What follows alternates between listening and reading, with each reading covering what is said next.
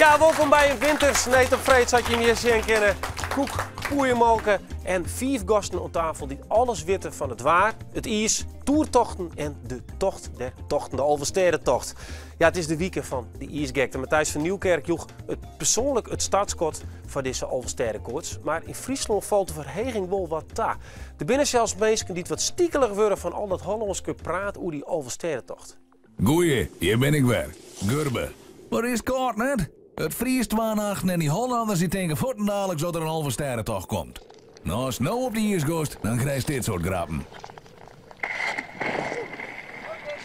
De tocht der tochten komt er pas als alles dicht leidt. Ja, dat is Ja, dat is heel pijnlijk dat je zou uitvallen. Dus maar even afwachten, want het boeten is dus net vertrouwd. Maar de ijsbaan die ben wel iepen.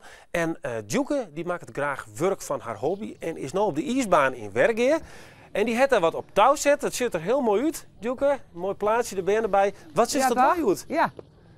Nou, deze band die binnen Berg van Wergeer achter mij. En die binnen speciaal in training van water in het Wergeer. Nou, het hut ze achteruit rijden. Nou, je wil aan het oefenen, ze oefenen even, ga maar achteruit. Nou, en ja, vroeger heb ik zelf rijden. Dan heb ik nog van die redens, heb ik vroeger bij me kon sparren. 400 goenen. En dan zei ik mijn dochter, nou man, wat heeft zo'n oude redens? Maar goed, ik moet zelf haast maar even achteruit rijden. Moet je maar even zien hoe dat dan liep. Het is haar specialiteit, heeft ze me verteld, dus dat wint ze makkelijk. Ook de minuut die had een winterse karakter, want morgen is de winterwaterrintocht, goh wat een woord. En ja, dus de meeste zie je nog wat deelnemers.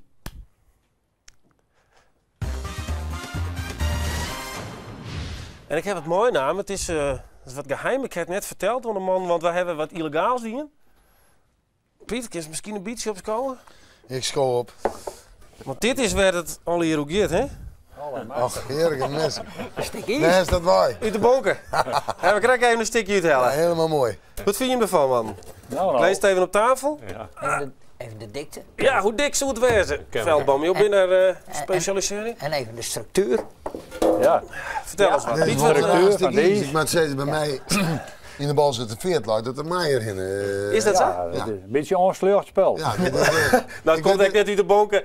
De camerameester, hij krijgt die in 4 minuten noord, dus die koen er snel nog even ergens een stik uit heli. Maar ja, hier draait het om, hè, de hele week al. Ja. Ja. Maar dat is een hele ik dikte. doe het eerst dan aan het laai, toen draaide het er al om. Ja, vertel eens, Piet, die weekend van die, hoe wie die? Nou, het begon maar niet te mooi mijn bal zit de veert. Nee, ja, die helemaal iepen laai. En toen had ik op de radio dat in Friesland de Alversterenkoorts losbrandend weer. En dat de mensen zeiden dat die komen zo. En toen zei ik, nou, het kabbelt bij mij nog. Ja, dat is juist al een voorbij komen. Nou ja, dan waaide stevig. En dan komt op een gegeven moment natuurlijk wel het moment dat hij dicht laait. Maar ja, zodra het er maar hoe die sprutsen, want uiteindelijk die weekend ervoor, toen we die winter onkondigden, waren er al sprutsen over een Alversterentocht. En dat gaat zijn eigen leven leiden. Ja. Veldboom. Probleem, hè? Morgen. Het is, ik leer dat je hem green lucht kregen hebben voor de toertocht. Jenne woord. Dit is dus echt heel speciaal voor jou. Je hebt heel druk geweest. Is dit ongeveer de kwaliteit die jou hebt, Dick? Nee, we hadden volle mooier. Ja, dit is greasy. We hadden prachtig zwart ijs. En wat op lege wal uit. Nou, dat weet Johannes wel. Werd de wien hinnen staan. Hij staat groen ijs. Ja. Daar zit wat grieze vlokken in. Ja. Dat is trouwens zo sterk als een dik. Daar kan je wat maar hinder en wijn al oer.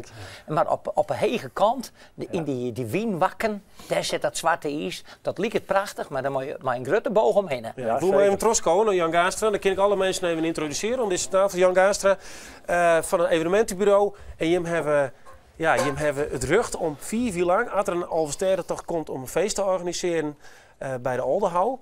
Dus dat is kassa, als het trok gaat. Hoe warm worden joden van als er oeral op 200 kilometer zo'n plak ijs laat? Nou, dan ga ik wat bellen. Ja. Zo links en rechts. Dan moet er wel wat gebeuren. We hebben overigens trouwens ook voor de Nacht van Leeuwarden en, Ja, de jongens ervoor. en de huldiging en alles wat daarna is natuurlijk de vergunning. Maar ik moet het eerst nog maar zien. Ja. Maar we moeten het al hier nog zien. Daar praat ik aan met Pieter. Hoe er zit een laptop, dan kunnen we de waaskaarten zien. En echt even zien hoe het vast zit, de laatste update.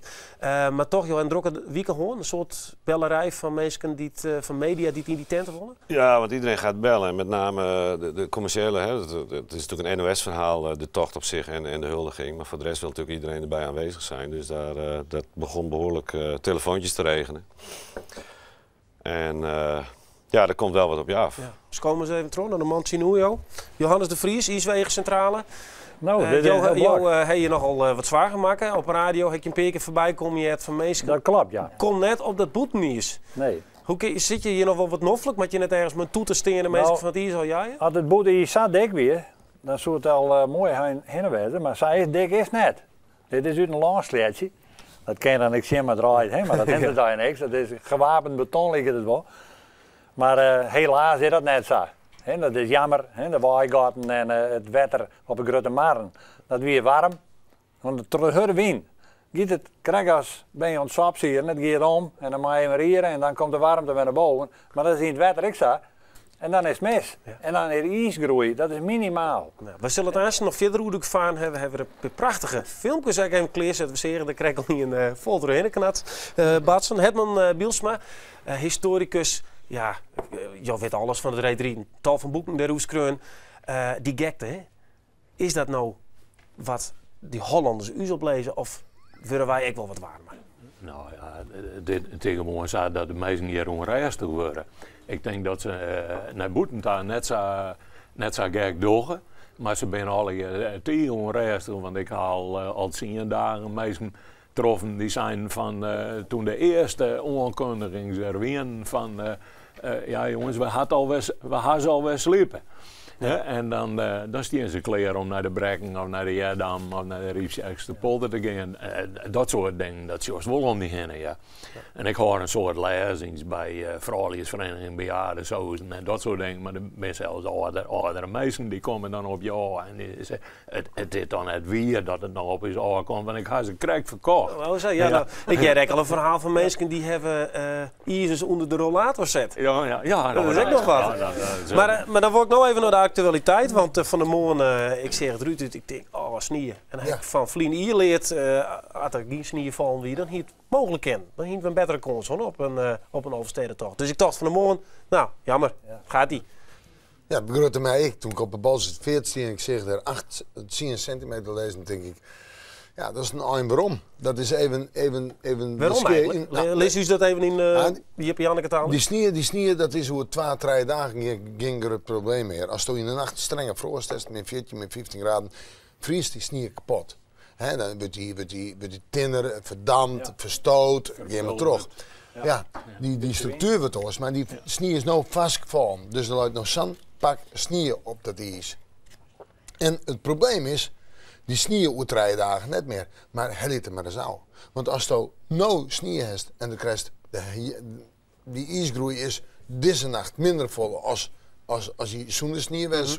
En dan was het sneeuw er eigenlijk. En dan loopt bij mij misschien 6 of 8 centimeter, wat we van de moment hebben met die ijswegencentrale. Ja. Maar via erop loopt 4 of 3 centimeter. Dan kiest het er net al krijgen. Nee. En dat is echt gevaarlijk, hè? Want, ja, en weer nog wat dun is, omdat ik hem begon te waaien, dan heeft hij bepaalde.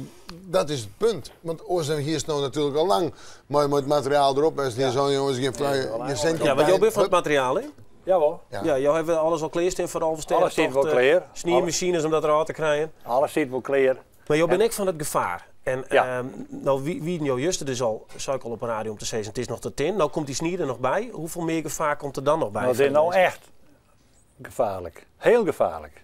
En als je dit weekend nou voor de boeg, maar wat zinnen, zoals Pieter zei, nou, dan is het natuurlijk ideaal waar. En dan zijn er mensen die kennen het net zien houden. Die mat op dat is. Nou, het is echt levensgevaarlijk. Want zoals Piet krijgt zei, je ziet het net. Nee. En dat is zat nog. Ja, we hebben er een filmpje van gezet van een man die dan het toch beziekt. Zullen we er even naar zien? Dan kunnen we denk ik wel redelijk inbeelden hoe dat gaat. Ik ben benieuwd.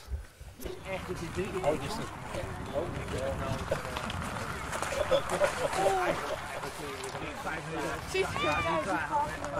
vind het ook helemaal niks, omdat als je door zit, maar ja, ik wil het even proberen.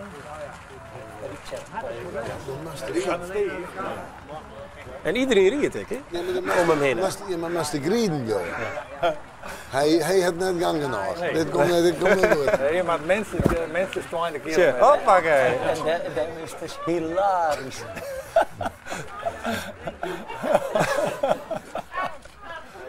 Nou ja, Ja. Nou ja, er werd een soort omlaken, maar dit is dus een man die dat kind Riepzegse polder 2 in leuk. Tal van kind pensioen, maar bloot leuk. We zitten hier ook al te geniezen. Maar hoe groot is de kans dat het bij jou man gebeurt? Dit? Net. Nee? Net. Nee. Waarom net? Nou, wij hadden Die komt je de vraag van de Iswegencentrale. Oké. Ja. Nou, wij hadden, dat is de Riepzerkenpolder. Wij hadden Lietse Mar en de Jan Dirkspolder. Dat is een stuk Frieske geergebied. Dat is onder wetter zetten. Wij wijnen in de pleets en het land bij ons achter. De boer vroeger, Geert Kooister, hier de kei. Nou, daar is wetter. Maar als ik maar de prikstok van de man prikte ik. Nou, ik hier plak een 10, 8, 12 centimeter. En ik prik iets verder, 20 centimeter, dan hak ik de groen. 20 centimeter? Ja. Dat ken je net, joh. Ja, want het is 20 centimeter en dan hak ik de groen. Daar gaat het om. Zo, okay. Het gaat om een ondiepte. Dus wat je hier bij die man in de Riepzerkenpolder zeggen, je zak je er terug en je staat op een groen. Nou, die plakken, dat wie in de wind wakken. Nou, daar ben mijn grote boog omheen gegaan. En iedere keer op lege wal werd dat wat er groen in zit. Ja. Nou ja, wat ik zei, de kerst maar hinderen mij. Maar als je een hoop mensen krijgt, en dat wordt wat minder, en ze stroffelen en ze vallen voor oren of achteroor, dat is natuurlijk ook een gevaar, hè? Natuurlijk bloedt het gevaar van als mensen kan vallen en een peerlien houden. Ik min iets aan, maar squoren en snieën en kwalsten erop. Ja. Maar het is nou zo mooi van de man. Ja, die snieën dat weer jammer. Maar voor u is het een uitkomst. Oh. Maar bij hier meestal het 10 centimeter snieëval. Nee, wij hier, wat Piet echt maar 4 of 5 centimeter. Ja, ik dacht je maar wat minder hebt. Ja, maar wij maken. Dat is goed regelen. Maar Johannes de Vries, hebben we wel het in mij zijn. Wij kunnen goed met elkaar. Als het taai waar is, dan nemen we een slokje. Maar als het koud wordt, dan krijgt hij de kolder in de kop. Dan ben we beide wat oors. Ja, want jou wilde dat het veilig is en hij zegt nou, we kunnen wel rieden. Ja, nou, het spannende wel een familie toch? Wacht even. Wij willen allebei dat het veilig is. Maar hij went het in grauw en wij in Jennewaard. En die street die is al 24 jaar lang, maar geen Westen vroeger. Die willen we net weer omgaan. Het is, ze hebben nou ook een goed draaiboek. En ik ben de laatste niks uit West, hebben we een verhaal gehouden. Want jongen, de dag is het alleen wat oors als 30 jaar weer waarom. Dat is gewoon zo. We zitten met aansprakelijkheden en alle wetten die er boven je zweven.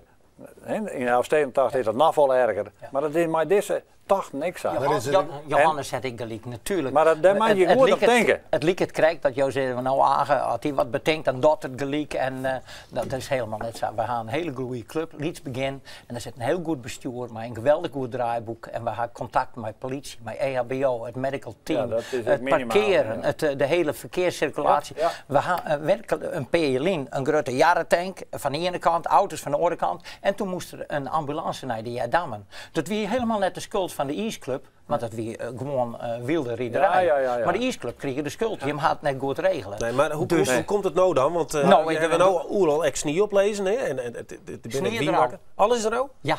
Ze hebben geweldig baanvagen. Dus het komt wel goed dat er 4.000 man komen die rieden veilig. Ja. Hij gaat er nog meer dan 4.000 komen. Hoe is dat aan je regeling? Je had het zien. Waar had dat zin, inderdaad. Want dat is een probleem. Want denk erom, er komt wat op tijd, hè?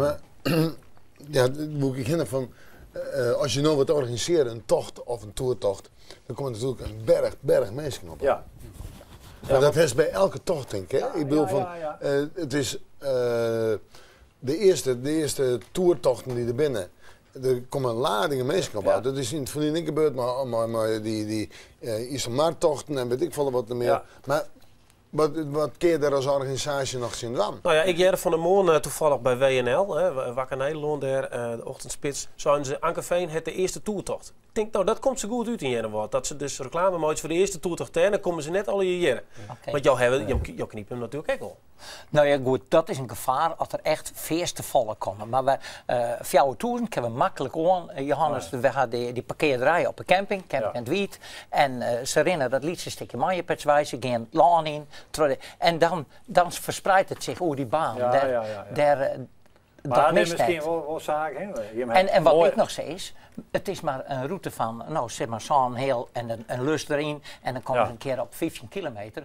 Als mensen dat in een 2 uur kleren. Het is een familietoertocht. De marathonrieders hebben we er helemaal net nodig. Waar die bochten daarachter, de rijden maken, achter de BM langs.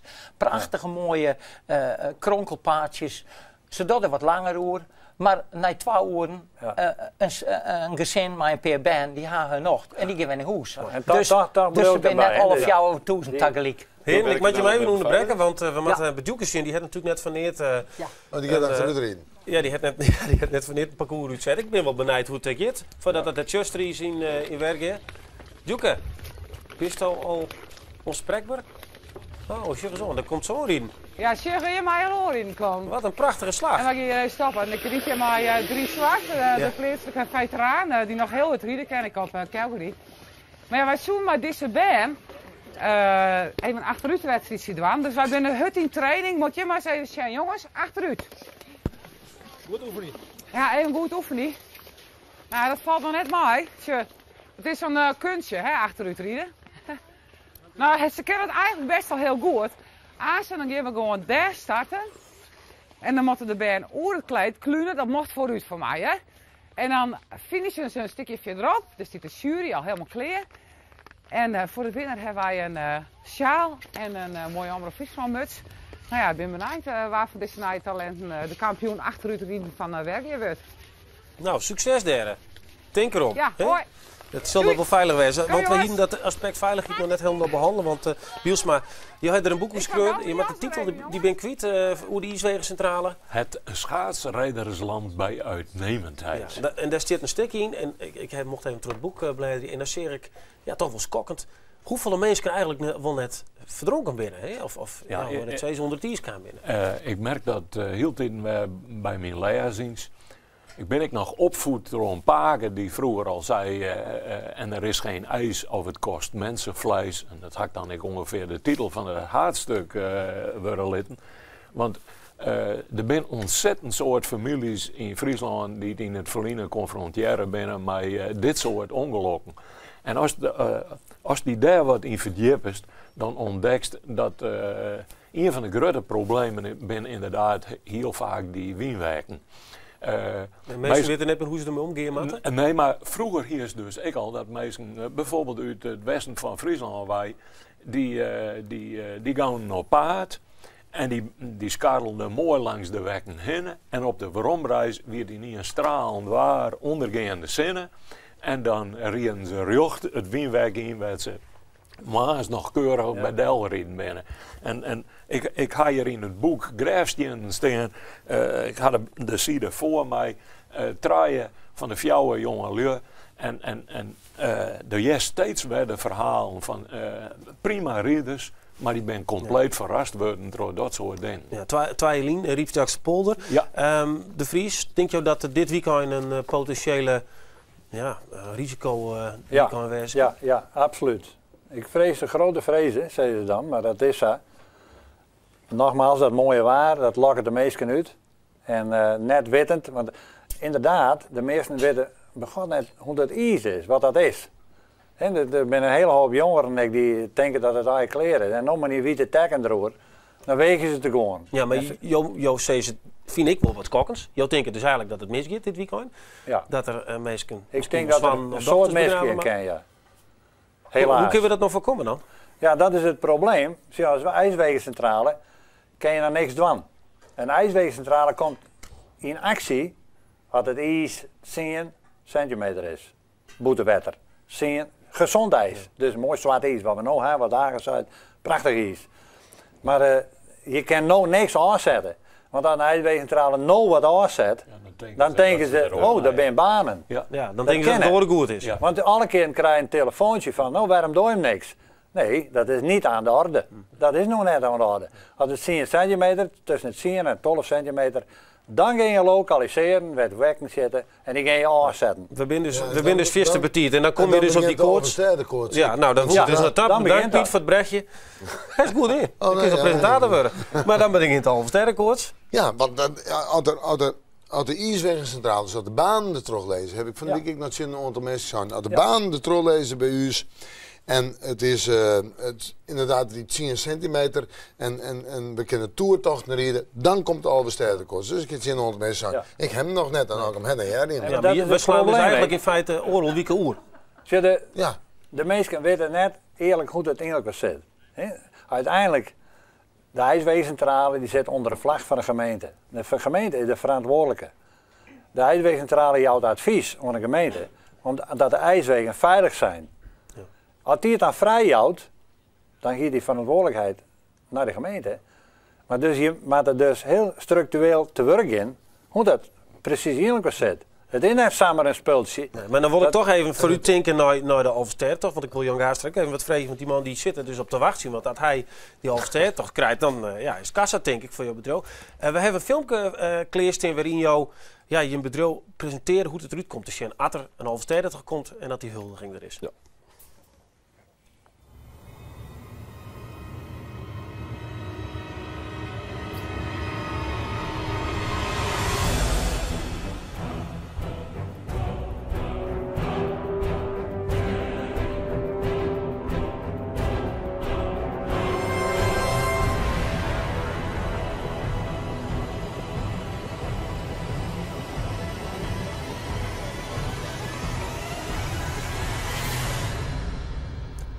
Ja, dat ziet er spectaculair uit. Ik dacht een blockbusterfilm, we krijgen daar een promotie van. Maar, ja, je moet het wat spannend maken natuurlijk. Maar hoe spannend is het nou voor jou? Nou ja, het is niet, wij zijn er wel klaar voor. Ik bedoel, hoe lang ben je al hiermee aan de gang dat je hem dit organiseren mag? Nou, we zijn toch al een jaar of 2 met het draaiboekenverhaal bezig. Zo lang al. En dan, ik bedoel, het is natuurlijk een gekoppeld veiligheidsverhaal en hulpdiensten. Maar waarom is het nodig? Nou, de verkeerd dan de laatste keer? In 1997 is het nogal wat misgegaan. Er stonden allemaal feesttenten in Leeuwarden. En, alleen het probleem was, er waren geen mensen, de tenten waren niet verwarmd. En dus van de 5 tenten hebben de 4 niet gedraaid. Dus dat publiek ging allemaal naar 1 tent toe. Ja. In dat geval op het Zeiland was het, in het Harmonie was nog wat. Die gaan was daar in jou? Nee, want ik ben tot 4 in de nacht aan het werken. En toen de oude weer dacht ik, nou, dan ga ik even lekker een huis neem ik daar even in. Dus ik ben er steeds net in. Maar het wie dus een chaos en dan heb je hem verzekerd, maar die tenten, dat ik dat je iets centraliseert. Hè? Kijk, het leuke was natuurlijk dat de huldiging dit jaar ook gewoon, of tenminste mocht die komen op de Oldhoven is.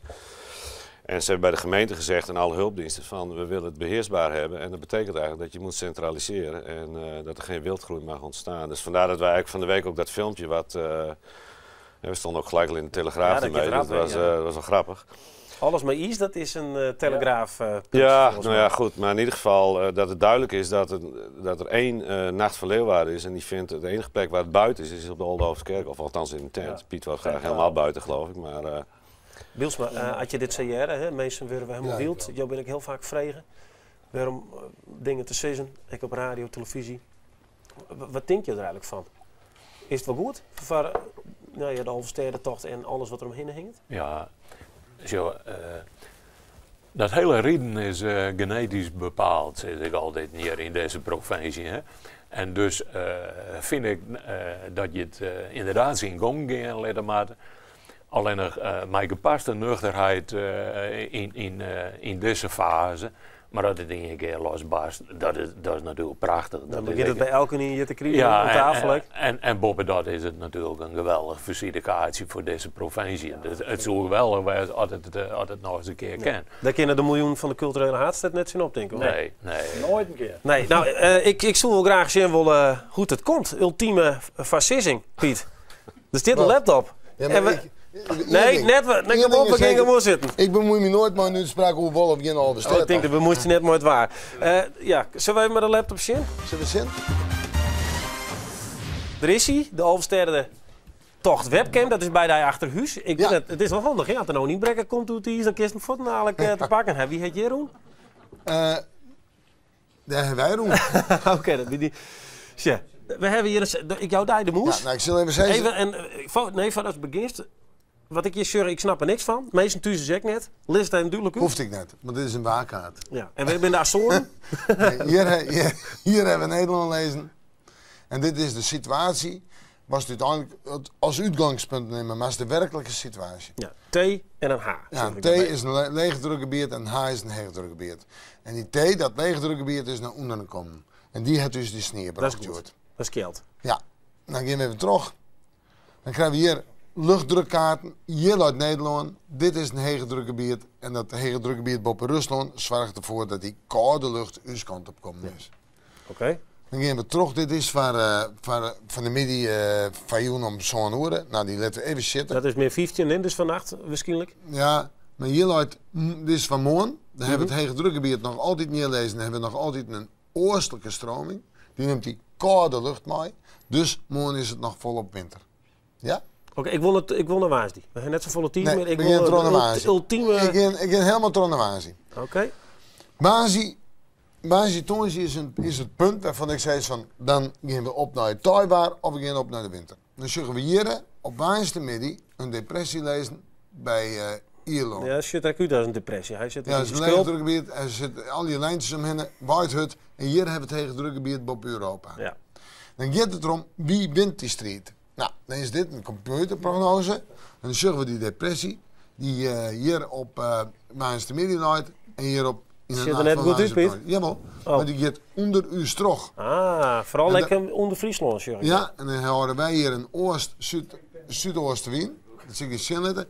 En dan hebben we op Tonsi een oostelijke wind. Allee, dat is Koude lucht, zou je zeggen. min 20. Ja, nee.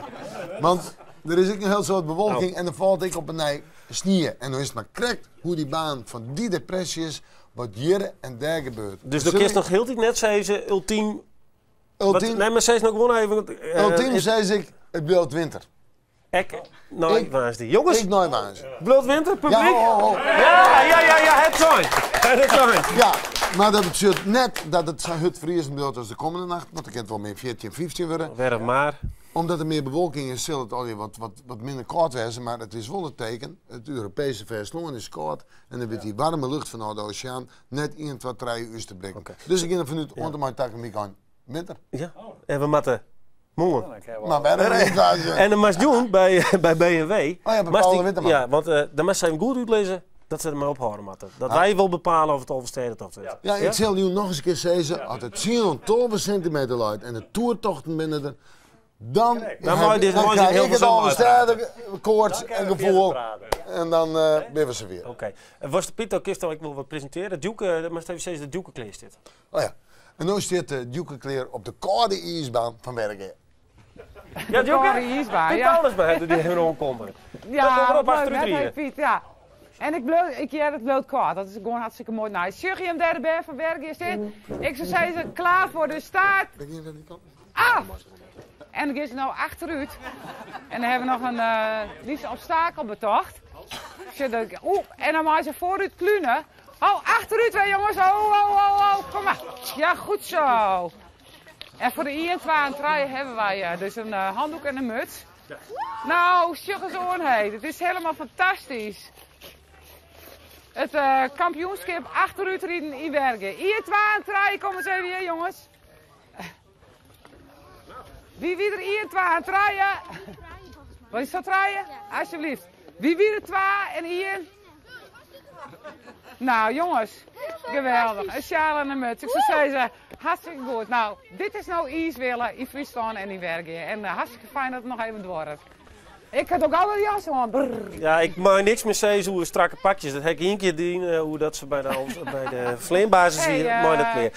Dan is het hier nog voor een minuut, want een winterse minuut. En nou ja, daar hebben we de oproep voor. Alle weekend mooi mensen dus bij u die oproep doen. En nou gaat het oer het winter, waad, rin. Nou ja, steeds Jood maar. Ja. Stel je eens even voor. Oké, mijn naam is Antje Schreuder. Ik ben medewerkster van Stichting Onediek in Moddergat. En we organiseren morgen een winterwadlooptocht bij Peersjes Moddergat. Op dit moment is de Waddenzee voor een groot deel bevroren. En in combinatie met de sneeuw heb je een prachtige winterlandschap. En we maken een tocht van ongeveer 2 uur.